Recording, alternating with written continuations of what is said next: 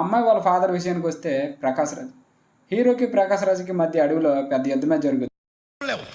అడవి తల్లికి అంకితం చేస్తున్నాను. ఇంక చేసేదేముంది, కట్ చేస్తే అమ్మాయికి వేరే పడితే పెళ్ళి. ఎవడైనా ప్రేమించిన అమ్మాయికి పెళ్ళి అయితే ఫుల్గా తాగి సైడ్ని కూర్చొని ఏడుస్తాడు. కానీ మనోడు భోజనాలు బాగున్నాయి, బయట మంచి స్టాక్ వచ్చింది సార్. అలా ఉన్న అతని జీవితాన్ని మళ్ళీ సీరియస్గా చేస్తుంది ఒక వార్నింగ్ సీన్. త్రివిక్రమ్ ఈ వార్నింగ్ సీన్స్ అన్ని సెపరేట్గా రాసుకుంటారు. రక్తపాతాలంలో కత్తుళ్ళు గొడ్డళ్ళు చేతికుండవు. ఇటు హీరో అటు యాంటీ హీరో, మధ్యలో మాటలు. అండ్ మూవీలో హీరో క్వైట్ ఆపోజిట్ క్యారెక్టర్ చేసిన విలన్ది. హీరో తన ఓటమిని కూడా అంగీకరించి మూవ్ అని అయిపోతాడు. లైఫ్ని జలస చేయడం కూడా మొదలు పెడతాడు. కానీ విలన్ అలా కాదు, తన ఓటమిని అంగీకరించలేడు. అది తట్టుకోలేక క్లైమాక్స్లో చనిపోతాడు కూడా. హీరో సిద్ధాంతం ప్రకారం విలన్ని చంపడు. యుద్ధంలో గెలవడం అంటారా శత్రువుని చంపడం కాదు సార్, శత్రువుని ఓడించడం సార్. అసలు ఈ గొడవకు కారణం ఇద్దరు అమ్మాయిలు. అందులో ఒకరే మన